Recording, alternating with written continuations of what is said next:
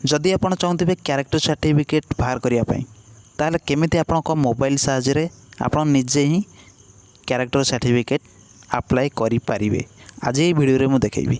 Hello friends मैं Danny प्रकाश मो channel आपण मानक बहुत बहुत स्वागत। जदि चैनल को नुआ आसथिबे सब्सक्राइब करबा सहित बेल आइकन में प्रेस करी ऑल नोटिफिकेशन रे क्लिक कर देबे जेते बेले मु नुआ वीडियो अपलोड करिवे आपण देखि परिबे सर्वप्रथम। तो चलंतु स्टार्ट करिबा।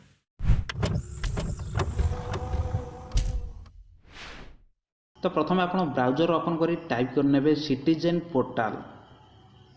तो टाइप कलापर एमती आसीज ये जगह देखी पड़े एबाउट सिटीजन पोर्टाल। तो से क्लिक करेंगे तापर एमती आसीज आपड़ ये जगह लॉगिन करने।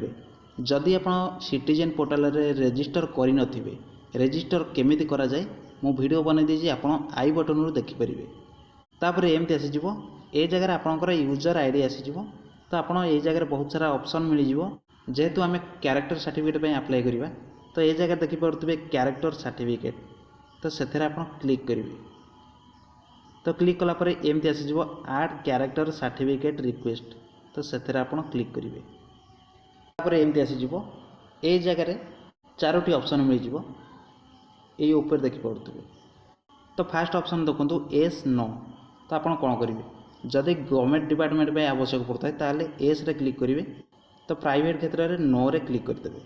यूआईडी तो आपंकर आधार कार्ड नंबर ये जगह देदेवे। तापर first name middle name last name देदेवे।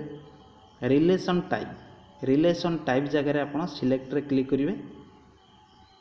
तो फादर मदर गार्डियन एमती आसीज आप भी रखिपारे। जदि आप फादर सिलेक्ट कर फादर को ना ये जगह लिखिदेवे। तो ये कलापर डाण साइड के आसबे जो ऑप्शन टी छाड़देवे। तापर ऑप्शन देखो प्राइवेट सर्विस आपण हिसाब से सिलेक्ट करने प्राइवेट किंबा गवर्नमेंट ये जगह आप प्राइवेट जॉब लिखिदेवे। तापर मोड ऑफ रिसीविंग तो सिलेक्ट रे क्लिक करेंगे।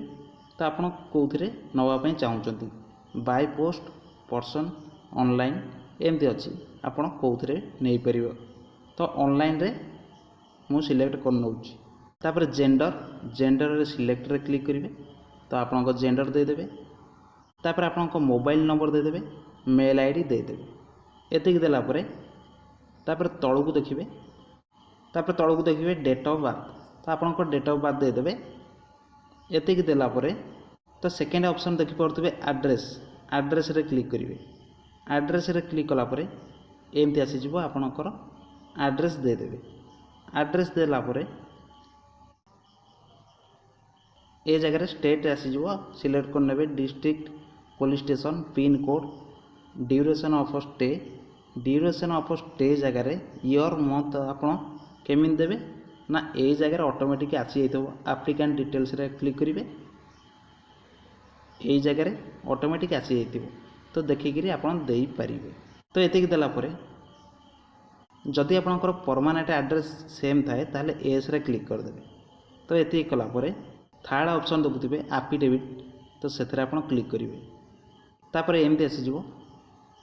तो ये जगह कौन करेंगे ना तो आपको ना कि फैमिली ना जदि केस थी ताले एस कि नो सिलेक्ट करेंगे। जदि ना नो जदि अच्छी ताले एस रे क्लिक करेंगे। ये जगह लिखिए को केस।